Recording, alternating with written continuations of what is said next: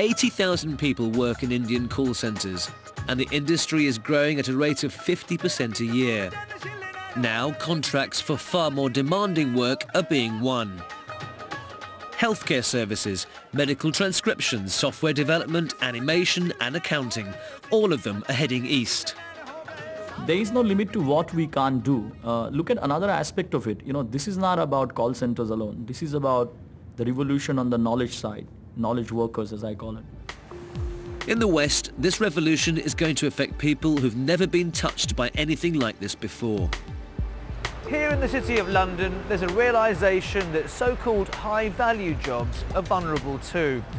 Work requiring specialist skills like investment analysis, accounting and legal processing is now being outsourced to the Indian subcontinent. This is a real shock to the system, and suddenly no one feels safe anymore. Allen & Overy is a pucker city law firm with 4,500 staff. In September, they took a decision about their data processing department. When we went through quite a lengthy process over the last year of looking at all the possible solutions, including outsourcing in the UK, changing our own internal processes and outsourcing outside the UK, it became apparent that the facilities that were available in India and the companies operating down there and the quality of the people and the staff that they had down there were really the best solution for us. The companies say they have no alternative if they're to keep up with their rivals.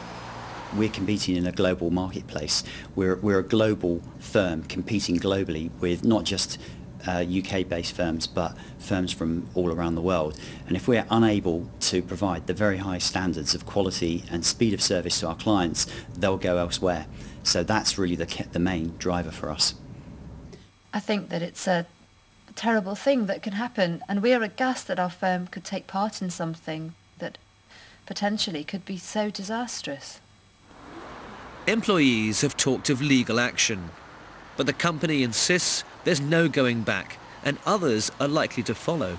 Some law firms have already been in touch with us to ask us about what we're doing and how we're doing it, because we think that they will be interested in improving their overall quality and speed of service. Anyone who wants to survive has to be.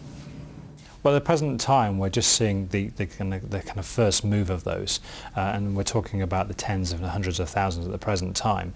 But we fully expect that to move to hundreds of thousands, even potentially millions of jobs in the longer term, 10, 15 years' time.